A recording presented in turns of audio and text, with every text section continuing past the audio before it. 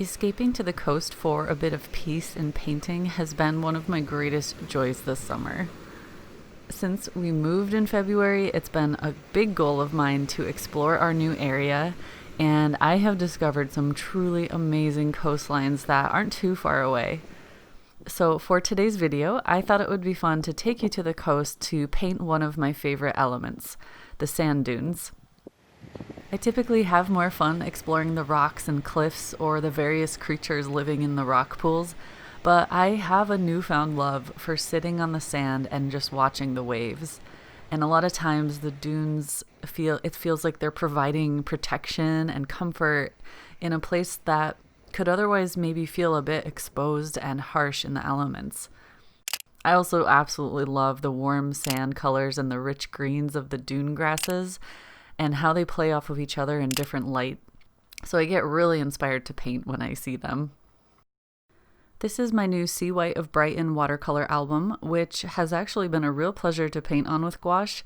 Typically, I like super smooth paper for gouache, but this has just a tiny hint of texture that seems to work really well. I've had quite a few comments about how clean my sketchbooks look, and it's as simple as this, you guys. All I do is tape off a decent amount of border and paint within that. And for the most part, I could paint anything inside that box and it'll look super clean and it almost like elevates it to a higher art status, which it sounds crazy maybe, but it's true. Try it. No, but seriously, it shouldn't matter how your sketchbook looks. It's purely for learning. So sometimes I do create things that look pretty darn good, and other times it's a total mess. But having that clean border just keeps the whole book looking nice and tidy. So let's dive into this tutorial. I was using two different photos as inspiration here. For the sky, I was thinking back to a recent trip to Findhorn where we had a gorgeous sunny day and the cloud patterns were so dynamic and captivating. But I really loved this idea of peeking out through the grasses at the ocean, so I was using this photo to help guide my composition of the dunes. To start off, I mixed a couple different blues. For the sky, I used my ultramarine mixed with white because it has a bit of a cooler tint to it. And for the ocean color, which I'm not there yet, I used my phthalo blue. And that one leans a little bit more towards green, or it feels a bit warmer. So I thought that that would help capture the ocean color a little bit better. When it came to adding the clouds, I was kind of going back and forth with my strategy because I've just been trying to improve how I'd paint clouds. So after laying in the majority of the sky color, and I did paint around a couple of the cloud areas, but I knew I was going to come back in with white anyway, so I didn't really need to do that. But sometimes I just want to have more of a stylized look with my clouds. So instead of laying up soft white on top of the blue, I'll actually take the blue color and I'll cut away from the white area to define the edge of the cloud. And it's, it could lead to the same result, but there's something that happens in my mind that allows me to just be more free with my shapes and be a little bit more bold in the shapes when I do this thing where I'm just kind of like cutting away. It is rather tricky to paint clouds in a subtle way with gouache because of the fact that the paint dries a different color. So if you lay down some diluted white on top of your blue, at first it might appear extremely bright or not bright enough because it just depends on how much pigment you have on there. But then when it dries, you might notice it's way too subtle or way too much and you have to go back and adjust it. So I feel like the faster you can lay in the wet paint, the better, because you get to see the effect when it all dries together versus trying to subtly make these shifts after the fact and deal with that color shift or that value shift that happens. That's why you see me going over and over and over the sky, because I was dealing with that color shift or that value shift, and I was just constantly adjusting, and it was just a struggle, but we got there eventually. And I really liked how how I gave the sky more of a sweeping look to really capture those dynamic clouds. When I was painting the ocean, which was such a small part of the painting, but it still needed a presence, I used the phthalo blue, which was a bit warmer so that it had a nice difference from the sky color. I started off with more of a dry brush technique, which I really wish I had stuck with because I liked, like looking back at the video, I can see how it almost had this glistening effect on the water. But at the time, I was going for more of a wave thing. So I used a bit of these long, dark horizontal stripes to indicate a bit of wave action coming at us. And, you know, I liked it in the end as well. It's just that in retrospect, I really enjoyed that dry brush glistening water effect. When it came to the dune color, I wanted to have a bit more fun with like giving it a pop of warmth. So instead of sticking with a more muted sandy color, I added more burnt sienna and really brought out that warm color. So I started with more of a darker tone, and then I knew, you know, it was a bit too much. So I came back in with the more muted white version and dropped it in, especially on the areas of the sand dune which were going to be in full sun. I wasn't too sure with my strategy here. I didn't know if I wanted to paint just the worms and then come back in and paint the shadow color with a different color, or paint the entire dune and then add shadows after, which actually ended up being my strategy. Now, this is where I think the plein air experience comes in handy. When looking at the reference photo, if I squint my eyes, or even if I brought it into Photoshop and did some color picking, that shadow that the dunes, the grasses cast down on the sand looks very, very gray and kind of colorless. But in person, I paid specific attention to it, and I would squint my eyes and stare at it for a while, and I could honestly see more of a blue tint to it. And I think that's because the sand was somehow reflecting the sky color.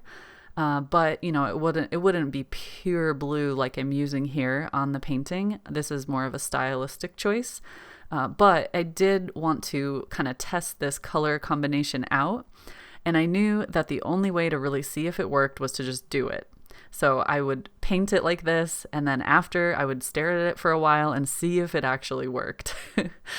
Honestly, I think it's one of my favorite parts of the painting in the end, and I didn't know if it was going to work. So that just goes to show you that, you know, just trust your instincts and trust your eye, and just try different things and see how it looks in the end.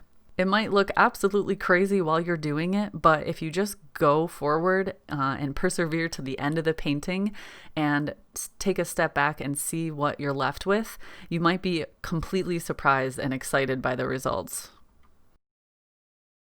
Another choice I made was to go a little bit more green in the sand dunes, and later I was going to come back in with more pops of rusty colors, but I wanted it to just be a more vibrant painting overall than what my reference photo showed. So I went with more of a phthalo green in the shadows, and I think I mixed my Windsor green with a little bit of my phthalo blue, and of course I added white. Pretty much white is mixed with everything in this painting.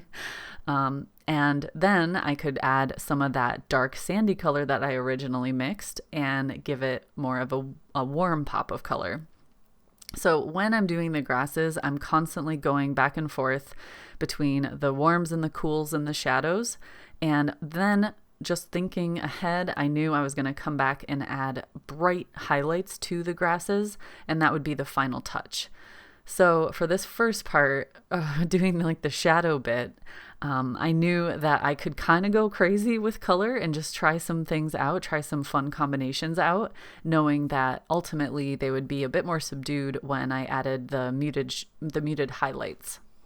With gouache, the best strategy for doing shadows is to do them first and to do them a little bit more bold than you might think you need to, because, or at least in my experience, sometimes the color blends with what's already on the paper, and when you come back and add the highlights later, you're going to cover up a decent amount of it. So if you want it to be like peeking through, you need a good amount of that shadow color.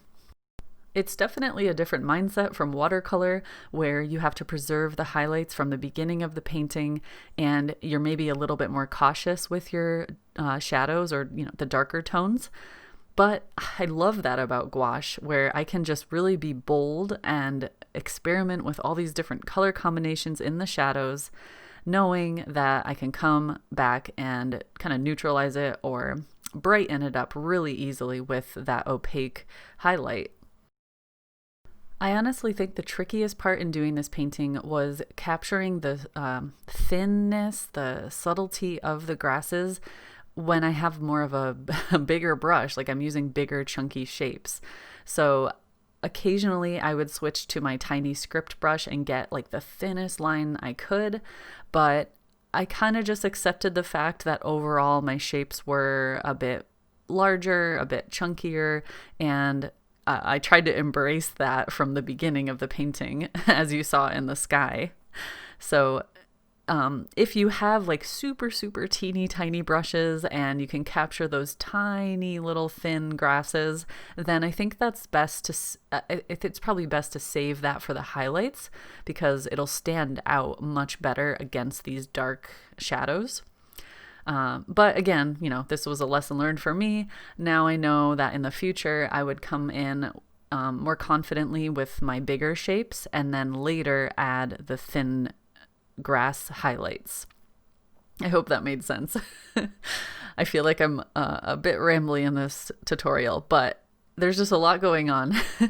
Anyways, at this point in the painting, I'm starting to think about blending the shadow colors into the highlights, because I don't want it to just be like pure dark and pure bright highlights. I want to have some middle tones in there. So I went with more of an olivey green, which I definitely see a lot of in the reference photo, and started to cover up a lot of those really, really bright rusty tones, and maybe bridge the gap between that shadow and what will be the highlight soon.